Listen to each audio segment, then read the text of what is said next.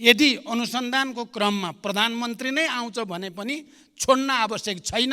मेरो पार्टीको कुनै नेताको त के कुरा। भुटानी शरणार्थी प्रकरणमा यो त ट्रेलर हो, पुरा फिल्म गजब आउँछ भनेर भन्नुभएको थियो। हामीले बडा आशाका साथ हेरिएका थियौँ, तर जब जे आयो बडा टालटुले र सजिलो बुझिन सक्ने खालको आयो। नक्कली भुटानी शरणार्थीको फाइल खोलेर नेपाली काङ्ग्रेसलाई साइजमा राख्नुभयो, ललिता निवास मार्फत समाजवादीलाई साइजमा राख्नुभयो, गौर हत्याकाण्ड मार्फत जसपालाई, अनि अब गिरीबन्धु मार्फत नेकपा एमालेलाई साइजमा राख्न ट्राई गर्दै हुनुहुन्छ। आफ्नो कुर्सी बलियो बनाउन यो राजनीतिक दाउपेच नगरेर कामले जनताको मन जितेर आफ्नो प्रधानमन्त्रीत्वको आयु लामो बनाउन सकिँदैन थियो होला। सरकारका यी कामहरू कुनै कुर्सी टिकाउनको लागि होइन, बरु देश र जनतामा राजनैतिक प्रणालीप्रति नै वितृष्णा छाएको, केही हुन्न सबै उस्तै हुन् भन्ने निराशावादी भाष्य निर्माण गर्न खोजिएको परिस्थितिलाई चिर्न र सरकारले एकपछि अर्को राम्रो काम गर्दै आएको कुरा स्थापित गर्न पनि गरिएको छ। छोराको हत्यारालाई कारबाहीको माग गर्दै 330 दिन आमरण अनसनमा बसेका गोर्खाका नन्दप्रसाद अधिकारीको अनसनमै 2071 असोज 6 गते निधन भयो। न्यायको लागि जीवन आहुति दिने अधिकारीलाई शहीद घोषणा गर्नुपर्नेमा विगत 9 वर्षदेखि उनको पार्थिव शरीर अस्पतालमै सडेको छ। मृतक नन्दप्रसादकी धर्मपत्नी गङ्गमाया अधिकारी अहिलेसम्म पनि बेहाल अवस्थामा सत्य र न्यायको प्रतीक्षामा छिन्। मृतक नन्दप्रसादकी धर्मपत्नी गङ्गमाया अधिकारीको मागको सम्बोधन कहिले र कसरी गर्नुहुन्छ? वर्षौँदेखि न्यायको लागि भनेर शान्तिपूर्ण अनसनमा बसेकी गङ्गमाया अधिकारीलाई भेट्नु प्रधानमन्त्रीज्यूको कर्तव्य हो कि होइन? कहिले उहाँलाई भेट गर्न जानुहुन्छ? शान्ति प्रक्रिया कहिले टुङ्गिन्छ?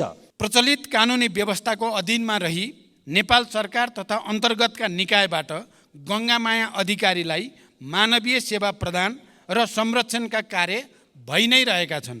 अस्पतालको विवरण अनुसार निजको स्वास्थ्य अवस्था सामान्य नै रहेको र उपचारका लागि सरकारले रु 37,47,000 उपलब्ध गराएको कुरा पनि म यहाँ जानकारी गराउन चाहन्छु। द्वन्द्वकालीन घटनालाई न्यायिक सम्बोधन गर्ने गरी सङ्क्रमणकालीन न्याय सम्पादनका लागि बेपत्ता पारिएका व्यक्तिको छानबिन तथा सत्य निरूपण तथा मेलमिलाप आयोग गठन भएको र सङ्क्रमणकालीन न्याय यथाशीघ्र सम्पादन गर्न नेपाल सरकार प्रतिबद्ध रहेको छ। भारतीय नेतृत्वले अन्तरिक्ष यानलाई चन्द्रमामा कसरी सफल अवतरण गराउने भनेर सोचिरहँदा हाम्रो नेतृत्व कसरी आफ्नो यसम्यानलाई बचाउने र मुद्दा कमजोर बनाएर सफल अवतरण गराउने भन्ने सोच्नमा तल्लीन हुनु अत्यन्त दुःखद छ।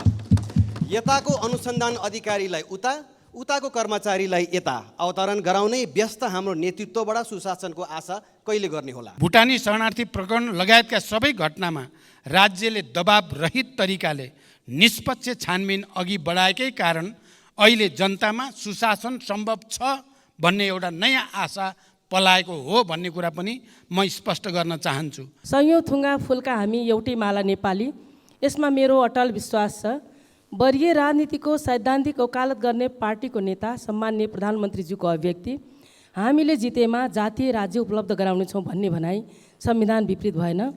कतै यस्तो अभिव्यक्तिले जातीय द्वन्द्व बढाउने त होइन? मैले पहिचानको कुरा गर्दा या कुनै कुरा गर्दा अरू कसैको पहिचान आस्थामाथि कुनै खालको विभेद नगर्ने कुरा पनि म स्पष्ट गर्न चाहन्छु। लोकतान्त्रिक विधि र पद्धतिको विकास मार्फत सामाजिक न्याय र सुशासन सहितको समृद्धि हासिल गर्ने दिशामा सरकारका सबै क्रियाकलापहरू केन्द्रित रहेको कुरा म जानकारी गराउन चाहन्छु। सरकार विधिको शासनमा पूर्णतः प्रतिबद्ध रहेको स्पष्ट गर्दछु। नेपालको कानुनले हरेक व्यक्ति र सम्प्रदायलाई अरूको धर्म संस्कृति र आस्थामा चोट नपुर्याई आफ्नो धर्म संस्कृतिको पालना गर्ने स्वतन्त्रता प्रदान गरेको छ। अत परापूर्व कालदेखि यहाँ कायम रहिआएको सामाजिक एकता सद्भाव र सामाजिक सहअस्तित्वमा खलल पुर्यान पार्ने कुनै पनि किसिमको कार्य हुन नदिन सरकार दृढ छ, स्पष्ट पनि छ। सामाजिक सद्भावमा खलबल पार्ने वा एक अर्काको संस्कृति र धर्म विरुद्ध हुने द्वेषपूर्ण अभिव्यक्ति र कार्यलाई सरकारले कुनै हालतमा छुट दिन सक्दैन। छिमेकीले चन्द्रमामा यान पठाउँदा मेरो देशले खाडीमा जवान पठाउन बाध्य छ। देशभित्रका विश्वविद्यालयहरू रित्तिँदैछन्, व्यवसायीहरू निराश छन्, खेलाडीहरू पलायन हुँदैछन्, युवा पुस्तामा देश छोड्ने लहर चलेको छ। प्रधानमन्त्रीज्यू, चन्द्रयान अहिले माग्दिन तर यस म्यानलाई जोगाउन लाग्दिन भन्ने हजुरको प्रतिबद्धताको कार्यान्वयन कहिले हुन्छ? भ्रष्टाचारमा पनि आफ्नो र अरूको भनेर हेर्ने हो भने हामीले खोजेको सुशासन चाहिँ कहिले आउँछ यो देशमा? गौर हत्याकाण्डको छानबिन कसैले हुन्छ भनेर भनिरहेका छन्, कसैले गठबन्धनभित्र अब नहुने भनेर निर्णय भएको छ भनेर भन्छन्। प्रधानमन्त्रीज्यू, यो सदनलाई जानकारी गराइदिनु होला, यो छानबिन हुन्छ या हुँदैन? कसैलाई पनि बचाउने या कसैलाई पनि अप्ठ्यारोमा पार्ने नियतले कुनै पनि काम गरिएको छैन। सम्मानीय सभामुख मार्फत सम्मानीय प्रधानमन्त्रीज्यूलाई प्रश्न सोध्न चाहन्छु। सम्मानीय प्रधानमन्त्रीज्यू, यही रोस्ट्रमबाट केही समय अगाडि भुटानी शरणार्थी प्रकरणमा यो त ट्रेलर हो, पुरा फिल्म गजब आउँछ भनेर भन्नुभएको थियो। हामीले बडा आशाका साथ हेरिएका थियौँ, तर जब जे आयो बडा टालटुले र सजिलो बुझिन सक्ने खालको आयो। नक्कली भुटानी शरणार्थीको फाइल खोलेर नेपाली काङ्ग्रेसलाई साइजमा राख्नुभयो, ललिता निवास मार्फत समाजवादीलाई साइजमा राख्नुभयो, गौर हत्याकाण्ड मार्फत जसपालाई, अनि अब गिरीबन्धु मार्फत नेकपा एमालेलाई साइजमा राख्न ट्राई गर्दै हुनुहुन्छ। आफ्नो कुर्सी बलियो बनाउन यो राजनीतिक दाउपेच नगरेर कामले जनताको मन जितेर आफ्नो प्रधानमन्त्रीत्वको आयु लामो बनाउन सकिँदैन थियो होला? भारतीय नेतृत्वले अन्तरिक्ष यानलाई चन्द्रमामा कसरी सफल अवतरण गराउने भनेर सोचिरहँदा हाम्रो नेतृत्व कसरी आफ्नो यस म्यानलाई बचाउने र मुद्दा कमजोर बनाएर सफल अवतरण गराउने भन्ने सोच्नमा तल्लीन हुनु अत्यन्त दुःखद छ। यताको अनुसन्धान अधिकारीलाई उताको कर्मचारीलाई यता अवतरण गराउनै व्यस्त हाम्रो नेतृत्वबाट सुशासनको आशा कहिले गर्ने होला? छिमेकीले चन्द्रमामा यान पठाउँदा मेरो देशले खाडीमा जवान पठाउन बाध्य छ। देशभित्रका विश्वविद्यालयहरू रित्तिँदैछन्, व्यवसायीहरू निराश छन्, खेलाडीहरू पलायन हुँदैछन्, युवा पुस्तामा देश छोड्ने लहर चलेको छ। प्रधानमन्त्रीज्यू, चन्द्रयान अहिले माग्दिन तर यस म्यानलाई जोगाउन लाग्दिन भन्ने हजुरको प्रतिबद्धताको कार्यान्वयन कहिले हुन्छ? भ्रष्टाचारमा पनि आफ्नो र अरूको भनेर हेर्ने हो भने हामीले खोजेको सुशासन चाहिँ कहिले आउँछ यो देशमा? अर्को प्रश्न, गौर हत्याकाण्डको छानबिन कसैले हुन्छ भनेर भनिरहेका छन्, कसैले गठबन्धनभित्र अब नहुने भनेर निर्णय भएको छ भनेर भन्छन्। प्रधानमन्त्रीज्यू, यो सदनलाई जानकारी गराइदिनु होला, यो छानबिन हुन्छ या हुँदैन? धन्यवाद। सम्माननीय प्रधानमन्त्री। सभामुख महोदय,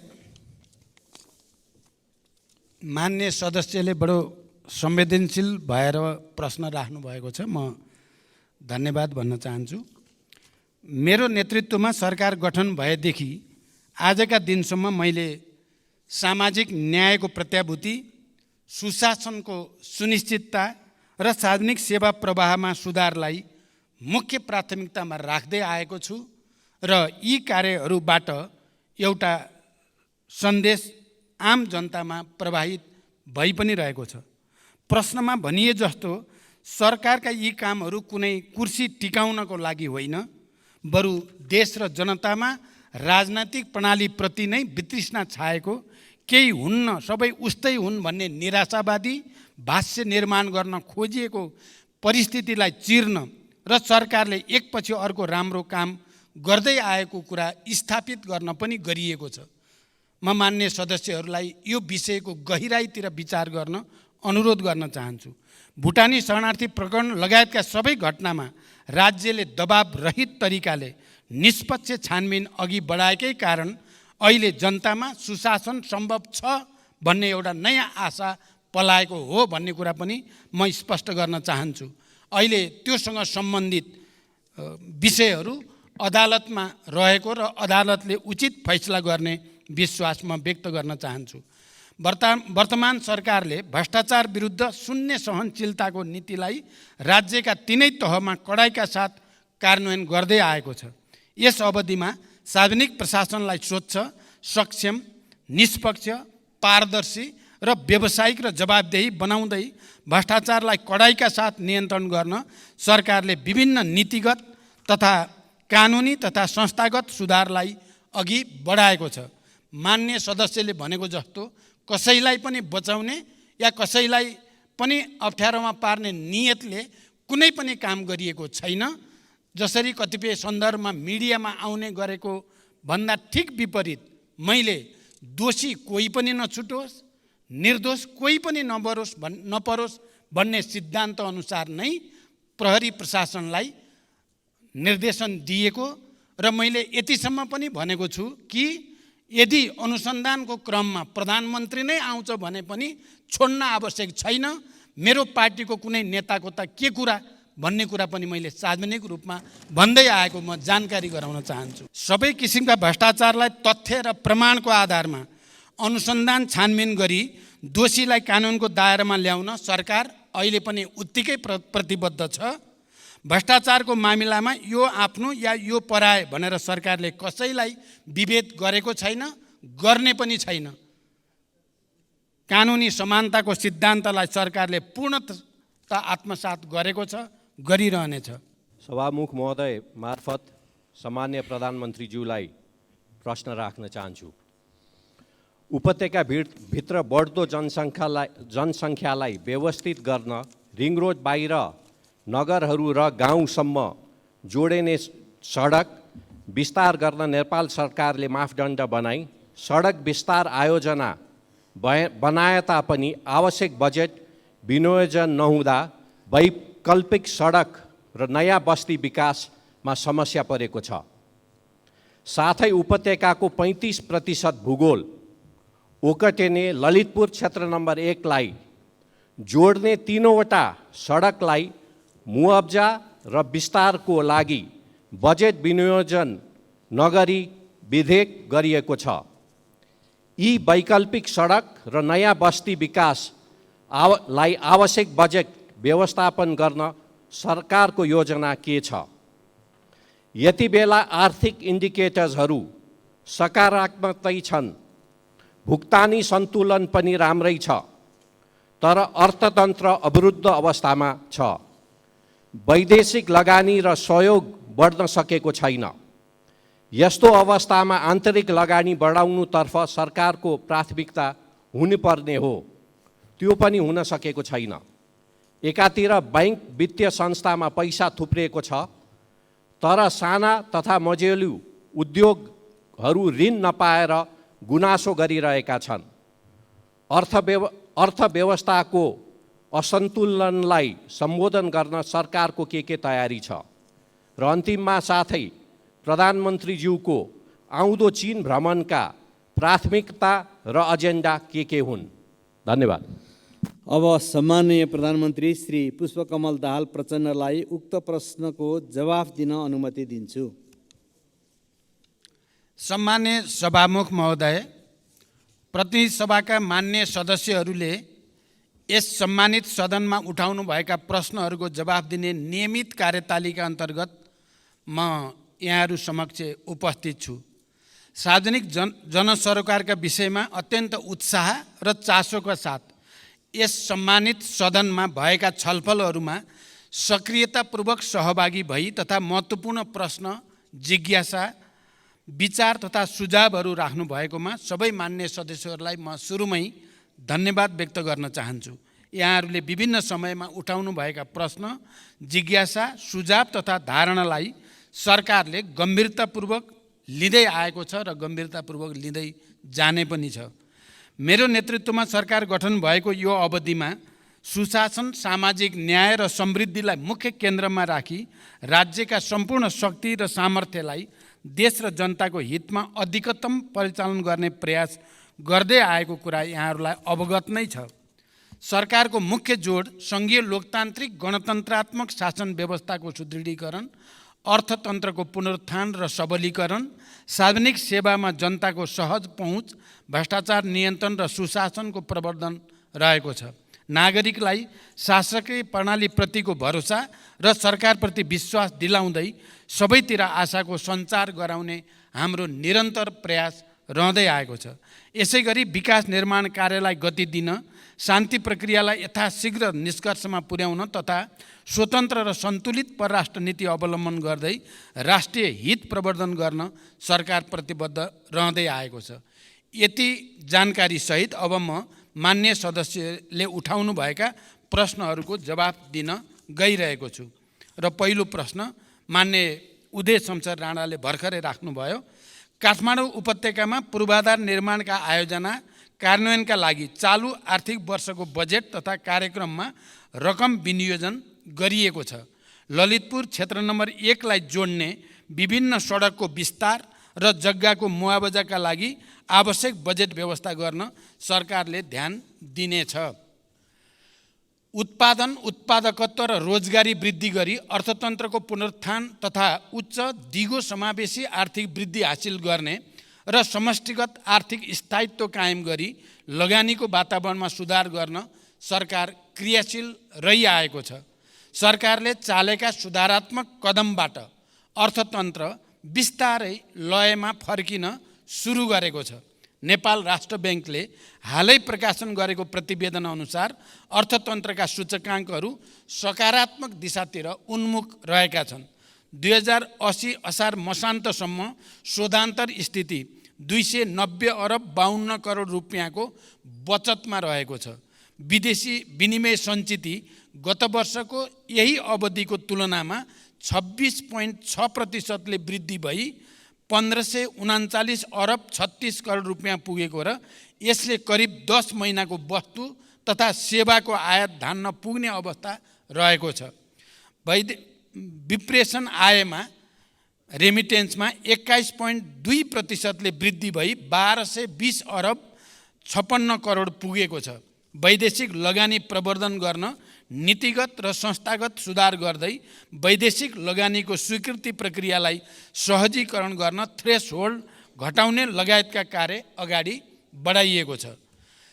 जग्गाको कित्ताकाट पूर्ण रूपमा खुलाउने निर्णय भएको र यही भाद्र 11 गते मात्रै नेपाल राष्ट्र ब्याङ्कले लचिलो बजार नीति अनुसार चालु पुँजी कर्जा सम्बन्धी मार्गदर्शन संशोधन गरेको छ।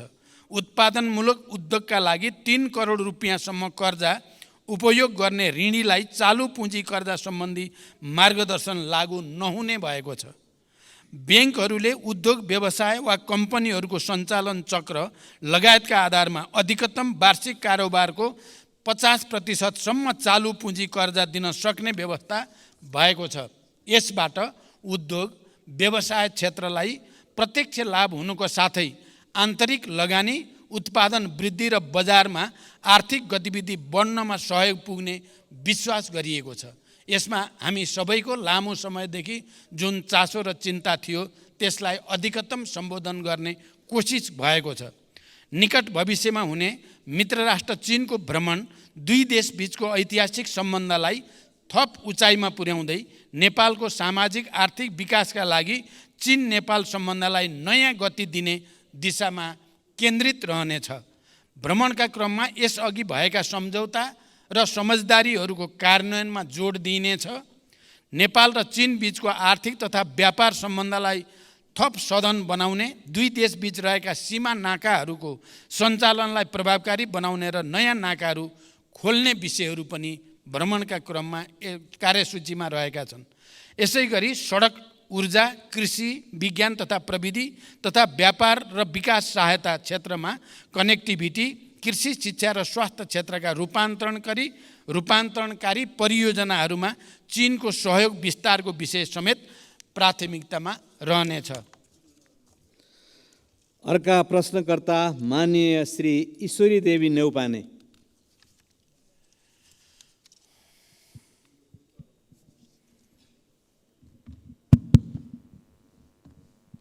सम्मान्य सभामुखज्यू मार्फत सम्मान्य प्रधानमन्त्रीजीलाई मेरो 3 प्रश्न। नम्बर 1, सम्मान्य प्रधानमन्त्रीज्यू, शासन विधि र पद्धतिको हो कि व्यक्तिको? विधि र पद्धतिको हो भने व्यक्ति परिवर्तनले खासै असर नराख्नुपर्ने हो, तर हाम्रोमा विधि पद्धति अवलम्बन भन्दा मन्त्री या कर्मचारी परिवर्तन गरेर नै शासन सुशासन ल्याउन देखाउन खोजेको जस्तो देखिन्छ। यसमा प्रधानमन्त्रीजीको धारणा के छ?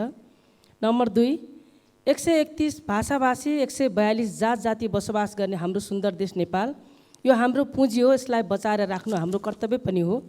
सयौँ थुङ्गा फुलका हामी एउटै माला नेपाली, यसमा मेरो अटल विश्वास छ। वरिय राजनीतिको सैद्धान्तिक वकालत गर्ने पार्टीको नेता सम्मान्य प्रधानमन्त्रीज्यूको अभिव्यक्ति हामीले जितेमा जातीय राज्य उपलब्ध गराउनेछौँ भन्ने भनाइ संविधान विपरीत भएन? कतै यस्तो अभिव्यक्तिले जातीय द्वन्द्व बढाउने त होइन? नम्बर 3, म सुदूरपश्चिमवासी हुँ। सुदूरपश्चिम सरकार आफ्नै भवनबाट कार्य सञ्चालन गर्न कहिलेदेखि पाउँछ? धन्यवाद। सम्माननीय प्रधानमन्त्रीज्यू। सभामुख महोदय, लोकतान्त्रिक विधि र पद्धतिको विकास मार्फत सामाजिक न्याय र सुशासन सहितको समृद्धि हासिल गर्ने दिशामा सरकारका सबै क्रियाकलापहरू केन्द्रित रहेको कुरा म जानकारी गराउन चाहन्छु। सरकार विधिको शासनमा पूर्णतः प्रतिबद्ध रहेको स्पष्ट गर्दछु। बहुजातीय बहुसांस्कृतिक विविधता बोकेको नेपालमा सदियौँदेखि विभिन्न जात जाति वर्ण धर्म र संस्कृतिका जनताहरू आपसी सहकार्य सम्मान र गहिरो सद्भावका साथ मिलिजुली बस्दै आएका छन्। अनेकतामा एकता नेपाली मात्रको विशिष्टता र नेपाली समाजको आधारभूत चरित्र पनि हो। सबैको सहअस्तित्व कायम गर्दै मौलिकताको संरक्षण र सम्वर्धनमा नै हाम्रो राष्ट्रिय एकता दिगो दरिलो भई साँचो अर्थमा राष्ट्रियता बलियो हुनेछ। नेपालको कानुनले हरेक व्यक्ति र सम्प्रदायलाई अरूको धर्म संस्कृति र आस्थामा चोट नपुर्याई आफ्नो धर्म संस्कृतिको पालना गर्ने स्वतन्त्रता प्रदान गरेको छ। अत परापूर्व कालदेखि यहाँ कायम रहिआएको सामाजिक एकता सद्भाव र सामाजिक सहअस्तित्वमा खलल पुर्यान पार्ने कुनै पनि किसिमको कार्य हुन नदिन सरकार दृढ छ, स्पष्ट पनि छ। सामाजिक सद्भावमा खलबल पार्ने वा एक अर्काको संस्कृति र धर्म विरुद्ध हुने द्वेषपूर्ण अभिव्यक्ति र कार्यलाई सरकारले कुनै हालतमा छुट दिन सक्दैन। नेपालको संविधानको पूर्ण पालना गर्नु हामी सबैको साझा दायित्व हो। मैले पहिचानको कुरा गर्दा या कुनै कुरा गर्दा अरू कसैको पहिचान आस्थामाथि कुनै खालको विभेद नगर्ने कुरा पनि म स्पष्ट गर्न चाहन्छु। सुदूरपश्चिम प्रदेशको राजधानी गोदावरीमा निर्माण गर्ने सन्दर्भमा जग्गा प्राप्ति लगायतका विषयमा प्रक्रियामा रहेको जानकारी गराउन चाहन्छु। यद्यपि सुदूरपश्चिममा अझै पनि राजधानीको जमिनको बारेमा अलिकति छलफल चलिरहेको जानकारी पनि मलाई प्राप्त छ। त्यसलाई समेत विचार गरेर यसको छिटै निष्कर्षमा पुर्याइनेछ। अर्का प्रश्नकर्ता माननीय श्री ऐनबहादुर शाही ठकुरी।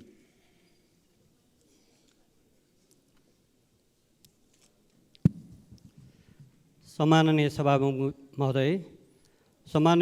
महोदय मार्फत सम्माननीय प्रधानमन्त्रीज्यूलाई मेरो प्रश्न यस प्रकार छन्।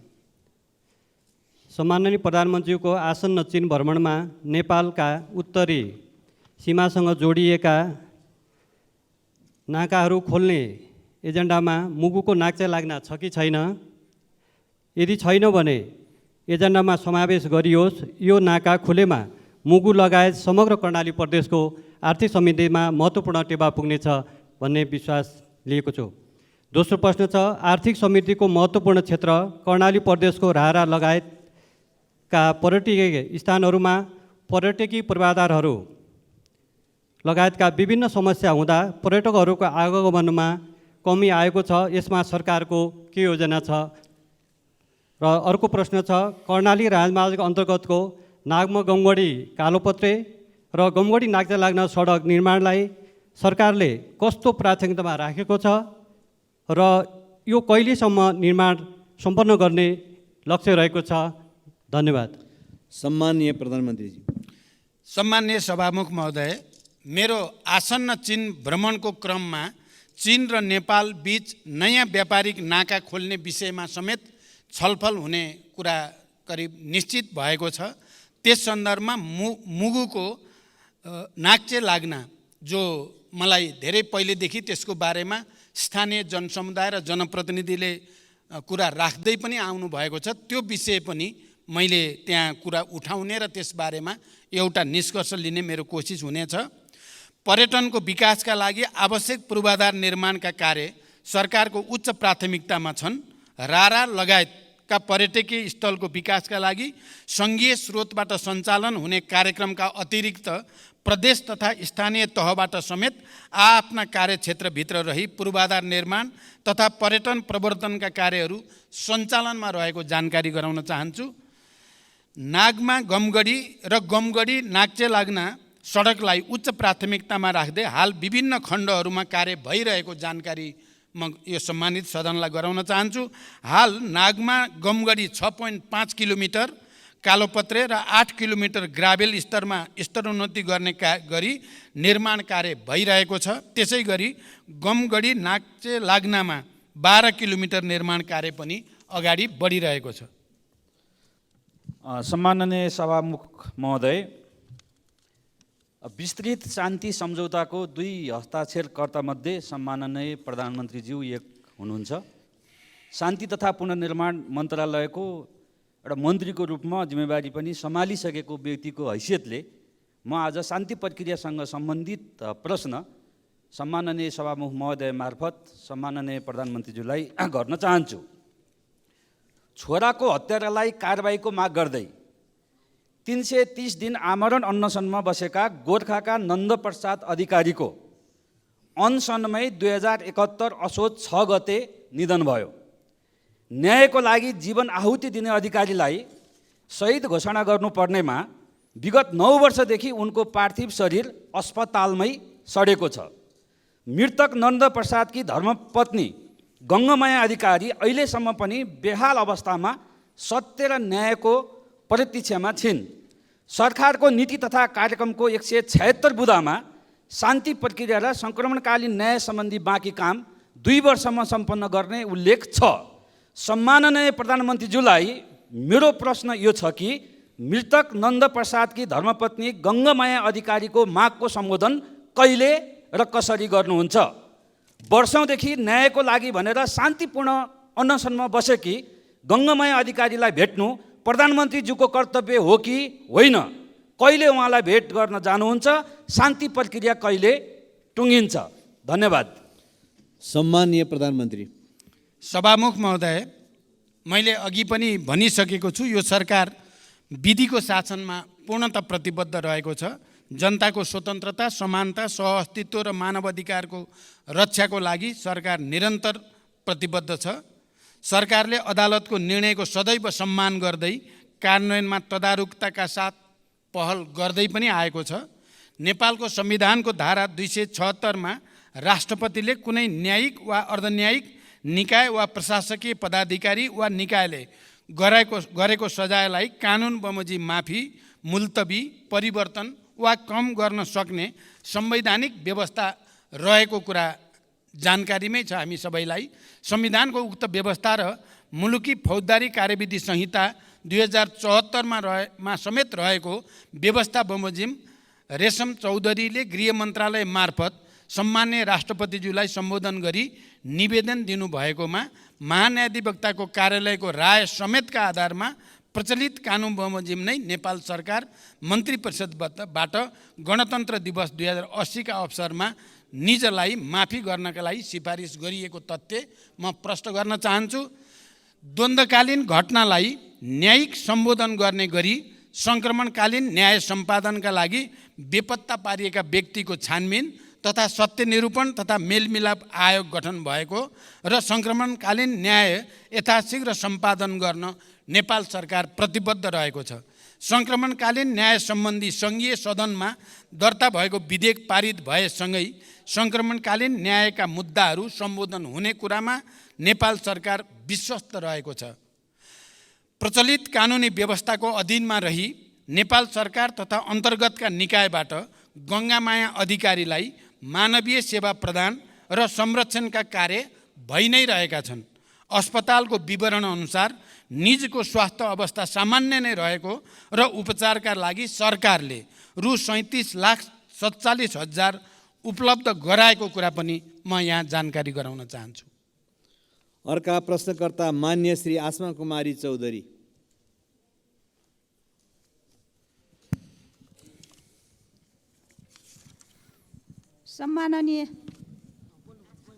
सम्माननीय सभामुख महोदय, सम्माननीय सभामुखज्यू मार्फत सम्माननीय प्रधानमन्त्रीज्यूलाई केही प्रश्न सोध्न चाहन्छु। नम्बर 1, आँखा पाक्ने रोग ओडा पालिका जिल्ला हुँदै देशैभरि फैलिएको छ। धेरै पालिकामा विद्यालयहरू बन्द गरिएका छन्। त्यसबाट अत्याधिक बालबालिका प्रभावित भएका छन्। स्वास्थ्य मन्त्रालय र प्रधानमन्त्रीज्यू स्वयं यसको निराकरणको लागि के गर्दै हुनुहुन्छ? नम्बर 2, नेपालले आर्थिक वर्ष 2079-80 भारतलाई 10 अर्ब 45 करोड रुपैयाँको बिजुली बिक्री गरेको छ। उक्त वर्ष 19 अर्ब 44 करोड रुपैयाँको बिजुली किनेको छ। सरकारले किन ठान्दैछ डोबर आपूर्ति भइरहेछ भन्न किन डराउँछ? त्यही बिजुली हामीले किन्दा महँगो र बेच्दा सस्तो किन? धन्यवाद। सम्माननीय प्रधानमन्त्री। सभामुख महोदय, देशका विभिन्न भागमा आँखा पाक्ने एक्युट भाइरल कन्जक्टिभाइटिस संक्रामक रोग नियन्त्रण गर्न स्वास्थ्य तथा जनसङ्ख्या मन्त्रालयले देशभरका अस्पतालबाट अभियान सञ्चालन गरिरहेको छ। समुदाय स्तरमा जनचेतना वृद्धि गर्न प्रचार प्रसारका कार्यहरूका साथै सङ्क्रमितहरूलाई सहज रूपमा औषधि उपचारको व्यवस्था मिलाइएको छ। यसका साथै स्वास्थ्य सेवा विभागका महानिर्देशकको अध्यक्षतामा सङ्घीय द्रुत प्रतिकार समितिको गठन भई रोकथाम र प्रबन्धनका विभिन्न कार्यहरू पनि भइरहेको जानकारी गराउन चाहन्छु। दोस्रो, हाल नेपालको कुल जडित विद्युत क्षमता करिब 2800 मेगावाट पुगेको छ। तर देशको विद्युत उत्पादनको परिमाण हिउँद र वर्षायाममा एकै नासको छैन। वर्षाको तुलनामा हिउँदमा विद्युत उत्पादनमा निकै ह्रास आई झन्डै 1/3 मात्र उत्पादन हुने गर्दछ। हाल विद्युत उत्पादन र मागको आधारमा विद्युतको निर्यात र आयातको व्यवस्था मिलाउने गरिएको छ। खास गरी हिउँदयाममा नदी प्रवाहमा आधारित रन अफ द रिभर प्रणालीबाट उत्पादित विद्युतमा ठुलो ह्रास आउने हुँदा छिमेकी देशबाट बिजुली आयात गरी आन्तरिक माग धान्नुपर्ने स्थिति छ। आगामी केही वर्षभित्रै विद्युतमा आत्मनिर्भर हुने उद्देश्यले स्वदेशमै पर्याप्त बिजुली उत्पादन गर्न विभिन्न स्तरका आयोजनाहरूको निर्माणलाई अघि बढाइनुको साथै विद्युत प्रसारण तथा वितरण प्रणालीको कामलाई पनि विस्तार गर्दै लगिएको छ। अहिले विद्युत आयात निर्यातको दर दैनिक रूपमा प्रतिस्पर्धा गरी तय हुने गरेको छ। यस वर्ष तुलनात्मक रूपमा हिउँदको समयमा अधिक सुक्खा हुन गई देशभित्रका विद्युत आयोजनाहरूबाट विद्युत उत्पादन कम हुन गएको छ। अघिल्लो आर्थिक वर्षमा नेपाल विद्युत प्राधिकरणले 1854.5 गिगावाट आवर विद्युत र रु 18 अर्ब 54 करोडमा आयात गरेको थियो भने नेपालबाट 1333 गिगावाट आवर विद्युत निर्यात गरी रु 10 अर्ब 43 करोड आम्दानी गरेको थियो। गत वर्षको तुलनामा यस वर्ष विद्युत निर्यातमा वृद्धि भएको छ र क्रमशः विद्युत उत्पादन बढ्दै जाँदा विद्युतको निर्यात पनि बढ्दै जाने कुरा जानकारी गराउन चाहन्छु। रुस र युक्रेनको युद्धका कारण कोइलाको आपूर्ति असहज भई छिमेकी देशमा विद्युतको उत्पादन लागत बढ्न गएकोले पनि स्वदेशमा विद्युतको उत्पादन कम हुने समयमा आन्तरिक माग पुरा गर्न प्राधिकरणले केही महँगो मूल्यमा बिजुली आयात गर्नु परेको कुरा पनि म यहाँ स्पष्ट गर्न चाहन्छु। धन्यवाद। सभामुख महोदय, मान्य सदस्यहरूले राख्नुभएका 4 गर्भित प्रश्नहरूका बारेमा संक्षिप्त रूपमा मैले सरकारको तर्फबाट प्रधानमन्त्रीको हैसियतले स्पष्ट पार्ने कोसिस गरेको छु। देशका र जनताका सामु कयौँ चुनौतीहरू छन्। यिनको सार्थक र परिणाममुखी समाधानका लागि सबै राजनीतिक दलबीच साझा धारणा र राष्ट्रिय एकता जरुरी छ। विचार, मान्यता र सिद्धान्तमा अन्तर भए पनि राष्ट्रिय मुद्दा र राष्ट्रिय सवालहरूमा हाम्रो समान दृष्टिकोण र मान्यता हुनुपर्दछ र हामी सबै राष्ट्रिय मुद्दामा एकै ठाउँमा उभिनु पर्दछ भन्ने म ठान्दछु। त्यसो भए मात्र नेपाली जनताले चाहेको र खोजेको परिवर्तन ल्याउन सम्भव हुन्छ। सरकारले चालेका कदम र अघि बढाएका कार्यहरूले जनतामा सरकारप्रति आशा र भरोसा बढाउनुको साथै विकासप्रतिको एउटा नयाँ तत्परता पैदा गरेको छ। यस अवधिमा सार्वजनिक सेवा प्रवाहमा जनताले साविकमा भोग्दै आएका झन्झट र शास्तिलाई उल्लेख्य मात्रामा कमी ल्याउन सफलता मिलेको छ। विकास निर्माणले गति लिएको छ र देशमा नयाँ आशाको सञ्चार पनि भएको छ। सुशासन, सामाजिक न्याय र समृद्धिलाई सर्वोपरि प्राथमिकतामा राख्दै अघि बढेको यो सरकारले समावेशी सङ्घीय लोकतान्त्रिक शासन व्यवस्थाको सुदृढीकरण, अर्थतन्त्रको पुनरुत्थान, सार्वजनिक सेवा प्रवाहमा सुधार, सरलीकरण, नागरिक मैत्री प्रशासनको स्थापना, भ्रष्टाचार नियन्त्रण र राज्यको सबै तहमा सुशासन र सदाचारको प्रवर्धन गर्न अघि बढाएका सबै कार्यमा सबै राजनीतिक दल र मान्य सदस्यहरू, नागरिक समाज, सञ्चार जगत, मित्र राष्ट्र, दात्री निकाय तथा आम नेपाली जनताको निरन्तर साथ सहयोग रहने अपेक्षा पनि मैले लिएको छु। र यही सदनमा पनि हाम्रा विचार र एजेन्डामा अन्तरका बावजुद यहाँ सहमति बनाउनको लागि सरकारको तर्फबाट, सरकारको प्रमुखको हैसियतले मैले निरन्तर प्रयास गर्दै आएको कुरा पनि म जानकारी गराउन चाहन्छु। हिजो मात्रै 10वटा समिति हाम्रा सर्वसम्मत रूपले सभापति चयन हुनु पनि यसले हामी अन्तर हुँदै पनि हामी मूल मुद्दामा एक ठाउँमा उभिन सक्छौँ भन्ने एउटा राम्रो सन्देश गएको छ। म विश्वास गर्छु आउने दिनमा राष्ट्रिय मुद्दामा विगतमा झैँ हामी एक भएर देश र जनताको हितमा काम गर्नेछौँ भन्ने विश्वास व्यक्त गर्दै बिदा हुन्छु। धन्यवाद। अभिवादन। माननीय सदस्यहरू, आजको लागि निर्धारण गरिएको प्रधानमन्त्रीसँग प्रत्यक्ष प्रश्नोत्तर सम्बन्धी कार्यक्रम यही समाप्त हुन्छ।